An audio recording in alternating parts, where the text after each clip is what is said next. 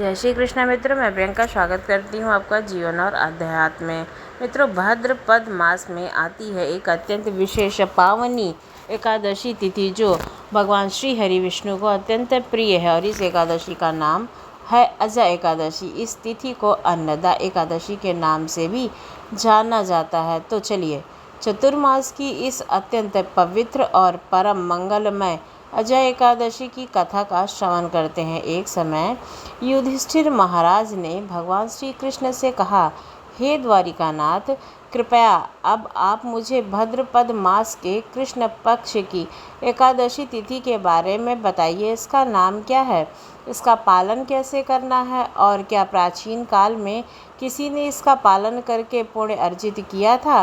तो इसका उत्तर देते हुए भगवान श्री कृष्ण कहते हैं, हे राजन, भाद्रपद मास के कृष्ण पक्ष में आने वाली एकादशी तिथि का नाम है अजय एकादशी। इस एकादशी व्रत को करने से सभी पाप नष्ट हो जाते हैं। जो मनुष्य इस एकादशी तिथि के दिन पूर्ण श्रद्धा और भक्ति भाव से भगवान श्री हरि केशव की पूजा करके उन्हें अपना यह व्रत अर्पित करते हैं, उसके पूर्व और वर्तमान जन्म के सभी पाप नष्ट हो जाते हैं। और इस विषय में एक प्राचीन इतिहास भी आता है, सो ध्यानपूर्वक सुनो। बहुत समय पहले हरिश्चंद्र नाम के एक चक्रवर्ती राजा राज्य करते थे। वे अत्यंत वीर, प्रतापी और सत्यवादी थे।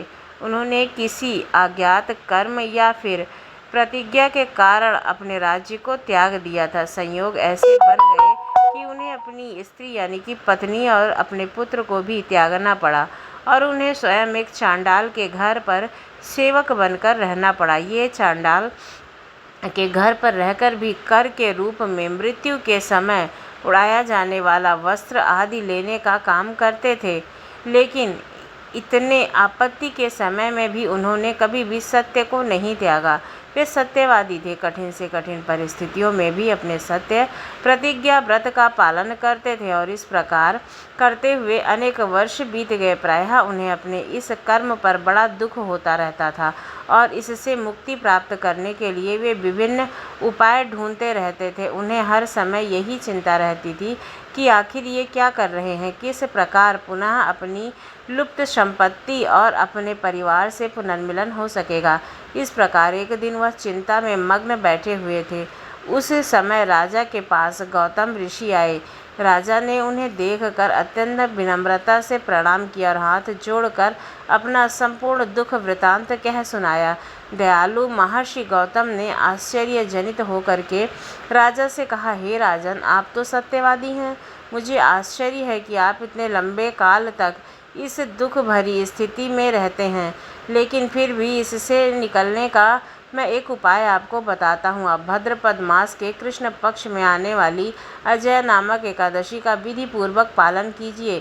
शास्त्रों में बताए गए अनुसार इस एकादशी व्रत का पालन कीजिए। रात्रि के समय कथा और कीर्तन करते हुए भक्ति भाव से जागरण कीजिए और अगले दिन इस एकादशी व्रत का निर्धारित समय के अंदर पारण कीजिए। इस प्रकार अजय एकादशी का पालन करने से आपके संपूर्ण पाप नष्ट हो जाएंगे और इसके प्रभाव से आपका वैभव आपको पुनः प्राप्त होगा। ऋषि की बात सुनकर राजा अत्यंत प्रसन्न हो गए और फिर वहाँ से गौतम ऋषि चले गए।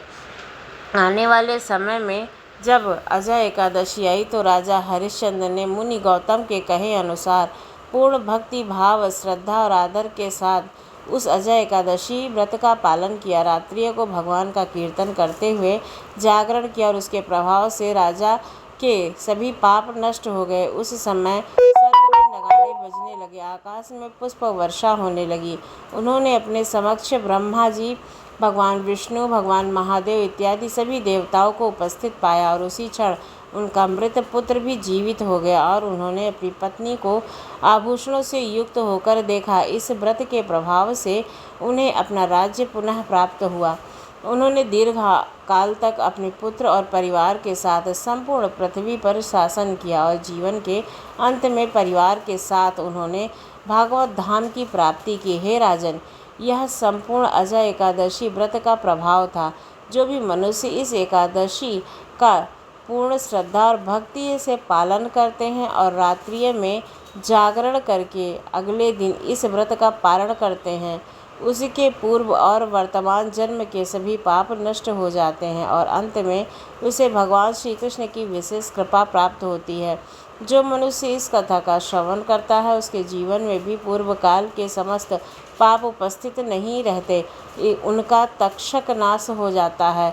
और हाँ, अगर आप हमारे इस वैदिक ज्ञान के प्रचार कार्य की सराहना करते हैं और इस कार्य में हमारा योगदान चाहते हैं तो आप हमारे चैनल को ज़रूर सब्सक्राइब कीजिए। अब हम इसी एकादशी के उपलक्ष्य में एक और पौराणिक कथा का श्रवण करते हैं। आइए एक और कथा का आरंभ करते हैं।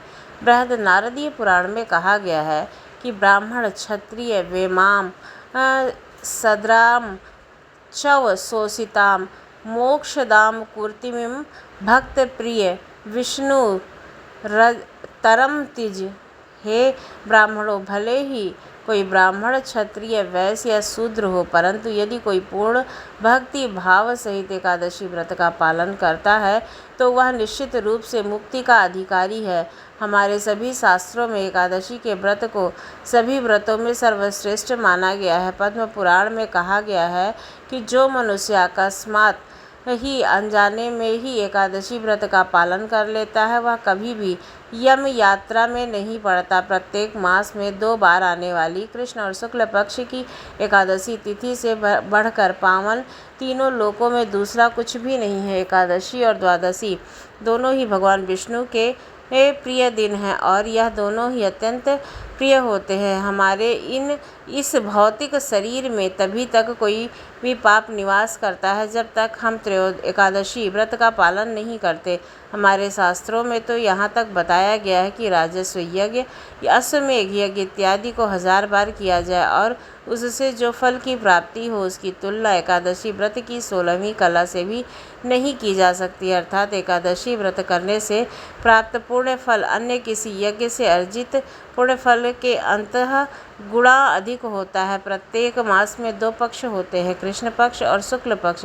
इन दोनों पक्षों के 11वें दिन को एकादशी कहते हैं और इस तिथि के महात्म्य दर्शाते हुए पद्म पुराण में बताया गया है कि प्रत्येक मनुष्य अपने 11 इंद्रियों द्वारा प्रतिक्षणित अनेक पाप करता है और इन 11 इंद्रियों के द्वारा किए गए यह सभी पाप कर्म इसी एकादशी व्रत का पालन करने से तुरंत भस्म हो जाते हैं।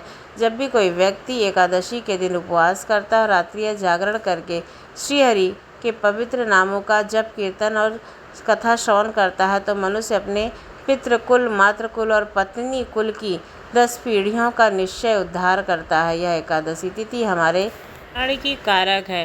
तो मित्रों, आपको एकादशी की कथा कैसी लगी ज़रूर बताइएगा। अच्छी लगी तो चैनल को सब्सक्राइब कीजिएगा।